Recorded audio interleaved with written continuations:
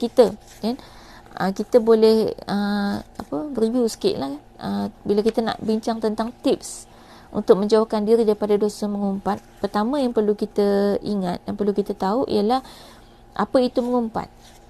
Sebab kalau kita tak tahu mengumpat tu apa, kesannya ialah kita tak nak jauhkan diri. Macam mana kita tak tahu itu mengumpat? Contoh sama macam katalah kita tak kenal haiwan yang namanya binatang-binatang yang mungkin tak pernah jumpa. Jebon pernah jumpa. Binatang ada dekat Afrika sana, ada satu binatang tu, dia spesies gajah tapi bentuknya macam arnab. Apa nama dia? Kalau dalam bahasa Arab, al-wabr. Al-wabr. Al-wabr ni dia ganas tapi bentuk dia macam arnab. Arnab kan baik kan? Arnab kan tak bahaya kan? Tapi binatang ni dia ganas, tak boleh dekat, nanti gigit. Tapi bentuk macam arnab. Baik, katalah kita tak kenal binatang tu. Dia ketawa tu kenapa? Saya salah sebut binatang. Kita ambil binatang ni lah, baik sikit, al-wabr. Baik, katalah kita tak kenal binatang tu. Kemudian orang cakap dengan kita, kamu kalau pergi sana, di Afrika sana ada tempat nama dia Table Mountain. Atas tu ada banyak binatang tu. Baik, katalah orang kata, kamu kalau naik Table Mountain tu nanti, jangan pergi dekat binatang al-wabr ni tau. Jangan pergi dekat. Baik, kita tak tahu bentuk binatang tu apa, kan? Kita tak tahu bentuk binatang tu apa. Kita pun naik atas tu, tengok ada binatang comel-comel macam arnab. Memang dia comel, kan? Comel-comel macam arnab. Kita pun nak pergi dekat dia, nak tangkap, kita nak peluk macam kita peluk arnab, kan? Sekali kena gigit, luka, menangis, kan? Sebab apa? Sebab bila kita tak tahu, orang sebut nama, kan? Orang sebut nama, tapi sebab kita tak pernah jumpa. Kat Malaysia saya tak pasti ada ke tak, sebab dia memang duduk dekat celah batu-batu di kawasan-kawasan bukit. Jadi bukit batu itu. Kat Malaysia kan kita punya bukit semua tanah, kan? Baik, bila kita tak tahu binatang tu apa gitu kan, orang cuma sebut, kamu kalau nampak binatang al-wabr ni, jangan pergi dekat dia, dia ganas tau. Kita kata okey, kan? Tapi bila kita naik atas tu, ada binatang comel, kita nak ambil, kita nak peluk. Sebab kita tak tahu itu yang binatang yang tadi kawan kita sebut tu, kan? Kita tak akan menjauhi dia gitu, sebab kita tak tahu itu dia gitu, kan? Jadi itu situasinya. Kita ambil contoh lebih mudah, kanak-kanak. Kalau budak-budak kecil ni, misalnya dia tak tahu itu binatang berbisa, kan? Dia tengok cantik, kan? Contoh apa mungkin kalau kanak-kanak yang betul-betul belum memayis tu, 1-2 tahun, mungkin anak ular pun dia nak ambil, kan? Sebab dia tengok cantik berkilat-kilat, kan? Ular sawa pula bercorak batik, kan? Jadi dia nak ambil ular sawa masuk rumah dia, kan? Jadi dia nak ambil, dia tak menjauhi ular tu. Sebab apa? Sebab dia tak tahu itu ular gitu. Jadi bila kita tak tahu, kita memang tak akan menjauhi, dan kita tak akan mampu pun untuk menjauhi dia. Bahkan kita tak akan berusaha pun untuk menjauhi dia. Sebab tu penting untuk hafal, ingat, kan? Bukan hafal dalam bentuk macam kita nak exam, tapi ingat dalam kepala. Mengumpat tu apa? Mengumpat tu kita ingat balik dia ada 4 benda. Lengkap 4 ni, maka namanya mengumpat. Baik, satu, kalau nak tengok balik dalam buku, saya ingat sebenarnya setiap kali kita jumpa semula untuk bincang subtopik dalam bab mengumpat ni, kita akan ulang definisi mengumpat ni supaya kita faham. Tapi saya ingat mengulang-ulang ilmu tidak ada masalah. Apatah lagi setiap kali saya ulang sebelum ni, masih belum ada yang dapat memberikan definisi dengan lengkap. Jadi kita ulang juga sekali lagi. Mengumpat tu apa? Baik, dalam buku yang baru Blackpink ni, muka surat 166, di buku lama muka surat 192. Tu kalau nak tengok balik poin dia.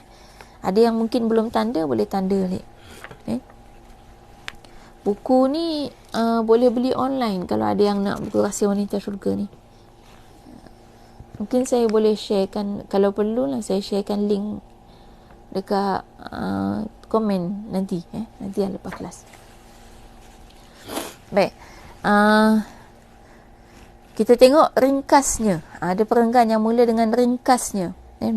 Mengumpat boleh dikatakan sebagai, baik, apa dia definisi? Satu, yang pertama, suatu kekurangan seseorang yang berlega dalam fikiran kita. Jadi yang pertama poin dia ialah kekurangan. Dia mesti kekurangan. Maknanya kalau kelebihan tak masuk, kan? Baik, Itu satu. Yang kedua, kekurangan tadi dizahirkan. Lalu dizahirkan melalui apa cara sekalipun. Maknanya kita zahirkan. Kita zahirkan dengan apa cara sekalipun.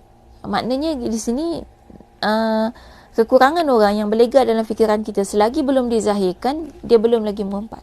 Tapi bila kita zahirkan, maka dia dah jatuh mengumpat.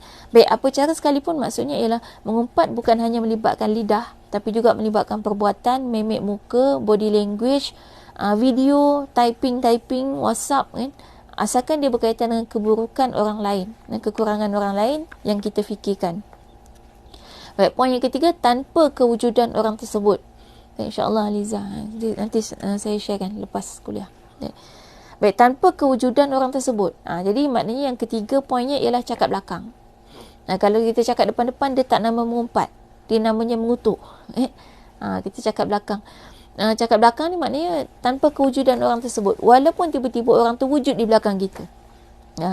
Sebab apa? Sebab kita sebenarnya berniat nak cakap belakang dia. Tiba-tiba dia muncul belakang kita.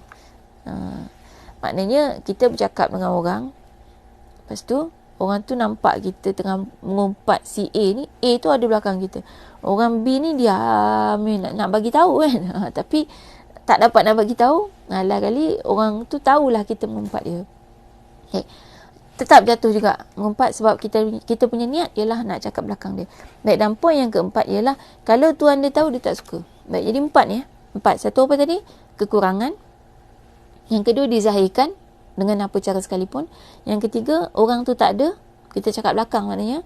Yang keempat, kalau dia tahu, dia tak suka. Baik, itu mengumpat. Baik, bila kita tahu itu mengumpat, maka kita dah tengok juga tentang macam mana cara, sebab-sebab ataupun faktor-faktor yang membuatkan kita akhirnya jadi mengumpat. Sebab apa kita perlu tahu faktor ni? Sebab kaedahnya, kalau betul kita nak berhentikan kita punya sifat mengumpat tu adalah dengan cara kita cek antara faktor-faktor ni yang mana satu yang menjadi sebab kita mengumpat. Okay. Antaranya sebab wanita mengumpat, kita pergi sepintas je. Then, sebab yang menyebabkan wanita mengumpat yang pertama adalah ketika kita nak kalau kita tengok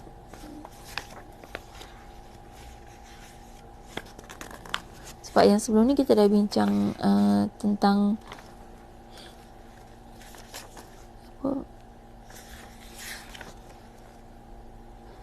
tentang mengumpat yang dibolehkan pun kita dah tengok kan. Kita tengok tentang sebab yang menyebabkan wanita jadi mengumpat. Mungkin belum kot. Nanti kita akan tengok dalam bab ni. Baik, cuma kita tengok ada mengumpat yang dibolehkan. Di muka surat buku baru, muka surat 177 tu yang dah disimpulkan tentang mengumpat yang dibolehkan dengan syarat apa. Jadi yang dibolehkan sepintas kita pergi apabila kita dizalimi. Buku lama muka surat 206. Bila kita dizalimi, maka boleh untuk kita ceritakan kezaliman dia. Kemudian tujuan mencegah kemungkaran. Kita terpaksa gunakan orang ketiga untuk cegah kemungkaran. Maka kita kena ceritakan kepada orang ketiga tu. Dan nak minta fatwa pun boleh. Nak menasihati pun boleh. Ataupun orang tu memang buat maksiat terang-terangan. Semua orang tahu. Then, atau boleh juga kalau itu adalah tanda pengenalan diri dia. Misal orang Melayu kita banyak lah tu. Mak hitam. Then, Pak Ngah bulat.